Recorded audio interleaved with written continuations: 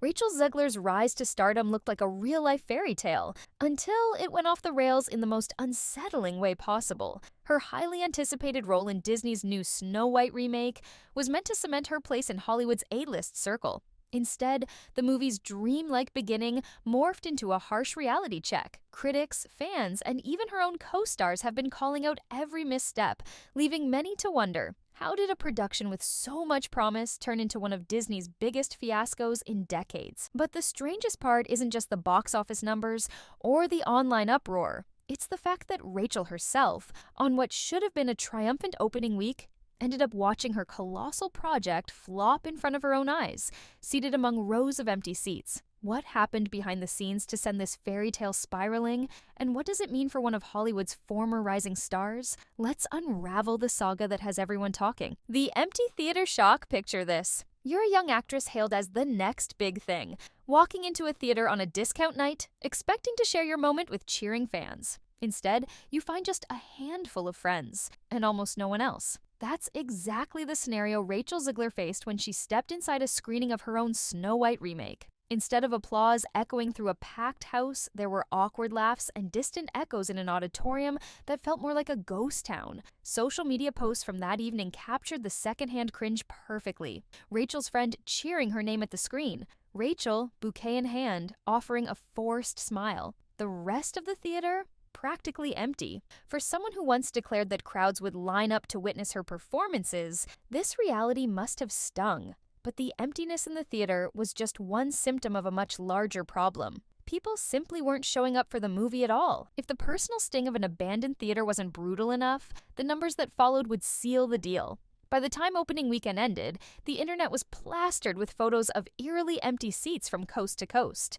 One question rang out everywhere. How could a $250 million plus Disney production flop this badly? But this was only the beginning, viewers whispered, leaning in to find out how the hype took such a dramatic nosedive. Now comes the falling box office and soaring costs. It's not as though Disney didn't pump resources into this film. On the contrary, the studio spent an astronomical sum on production and marketing, reportedly surpassing $250 million. In theory, that kind of budget should have guaranteed a box office smash, especially under the banner of a famed Disney classic. Yet it debuted with a dismal $43 million opening weekend, paling in comparison to the big numbers of Disney's previous live-action adaptations. Worse yet, those early figures suggested the film might not even come close to recouping its massive investment. Imagine funneling hundreds of millions into a production, only to realize, within days, that you might be facing one of your biggest financial misfires in recent years. The meltdown behind closed doors at the House of Mouse must have been intense. For perspective, other recent Disney remakes like The Little Mermaid managed a respectable splash near the $95 million mark in their opening frames. Snow White fell so far below that it wasn't just losing to other fairy tale reimaginings, it was trailing behind older, smaller productions that lacked even half its budget. Suddenly, the stakes ballooned from underperforming to complete meltdown, with Disney executives racing to figure out how to contain the fallout. But if money was the only issue, the story might end there. Instead, it gets messier. Then there were the mounting controversies. Long before Snow White's release, Rachel Zegler found herself at the center of multiple storms. She was vocal on social media about everything from film fans to politics, and her candor created a rift with certain segments of the public. Disney tried to manage the narrative, hoping Rachel's raw honesty would connect with younger audiences. But as her statements racked up, so did the backlash. Then there were rumblings of tension between Rachel and co-star Gal Gadot. While the two appeared side by side at press events, sources claimed they were anything but friendly behind the scenes. The drama allegedly ranged from minor spats to far more serious political disagreements, which only intensified when Rachel posted content some deemed offensive to Gal's background.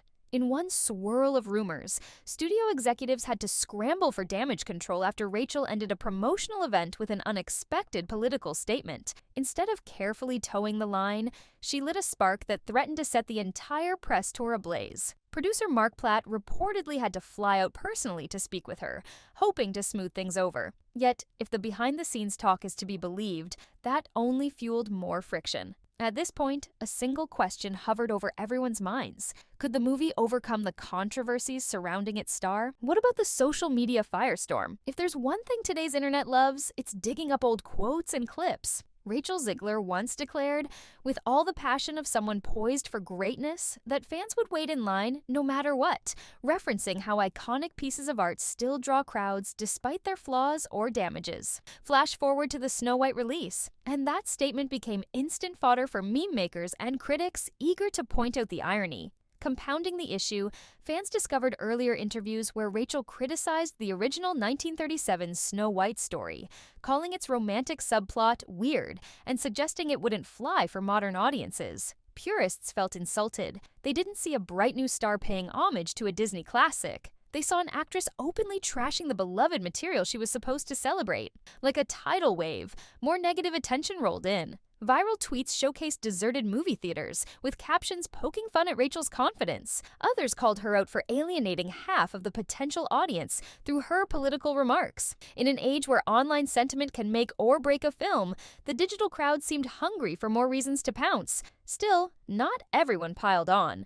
Some jumped to her defense, praising her boldness and arguing that Disney needed fresh perspectives. But for every supportive post, there were 5 more mocking the saga. In an industry built on perception, the verdict felt harsh and unrelenting. Now let's talk about the remake overhaul, casting, and the 7 dwarfs. The controversies weren't limited to Rachel's commentary and real-life drama. From day one, Disney's decision to cast a Latina actress as the famously pale Snow White sparked debate. Critics questioned whether the movie would remain faithful to its classic roots. Rachel's response was defiant, dismissing complaints about bloodline purity in a cartoon as ridiculous. Some admired her stance, others saw it as dismissive. Then came an entirely different uproar, the 7 dwarfs. Actor Peter Dinklage made waves by criticizing Disney for continuing a storyline he believed to be outdated, calling it contradictory to push for diversity while keeping a backwards portrayal of dwarfs. Feeling the heat, Disney announced it would be reimagining the dwarfs, eventually settling on CGI stand-ins that left fans scratching their heads. Critics slammed these designs as stiff and lifeless, worlds away from the lovable personalities in the original cartoon. Suddenly, the film's efforts to be progressive were under attack from all sides. Some felt they weren't progressive enough, while others saw them as destroying tradition. In other words, the uproar managed to please almost no one. How about the low-key premieres and damage control? Ordinarily, a Disney blockbuster about an iconic princess would command a glittering red carpet event, complete with A-listers, screaming fans, and global media coverage. It was this time, however, the excitement was conspicuously subdued. Instead of primetime pageantry, Snow White's premiere happened with little fanfare, a minimal press lineup, and an almost hush-hush vibe. Some insiders say it was a strategic move. Less hype equals fewer eyes watching the opening weekend flop. Others believe the studio simply ran out of steam trying to deal with a never-ending wave of controversy and decided to lower expectations. Rumors circulated that even the European premiere was relocated to a remote castle in northern Spain, far from the usual star-studded spectacle of London's Leicester Square. And so, the film tiptoed into theaters under a cloud, with Disney appearing more concerned about damage control than raising the curtain on a brand new fairy tale. Marketing efforts, once predicted to be massive, became subdued, fewer talk show appearances, limited interviews, and a social media strategy that relied heavily on safe, sanitized sound bites. But all the low-key tactics in the world couldn't halt the final, crushing blow. Opening weekend. Let's talk about the grand letdown. When the numbers rolled in, they confirmed what the empty seats had already suggested. This remake was a certified dud, with a mere $3,500,000 in Thursday previews and just over $40 million in its debut weekend.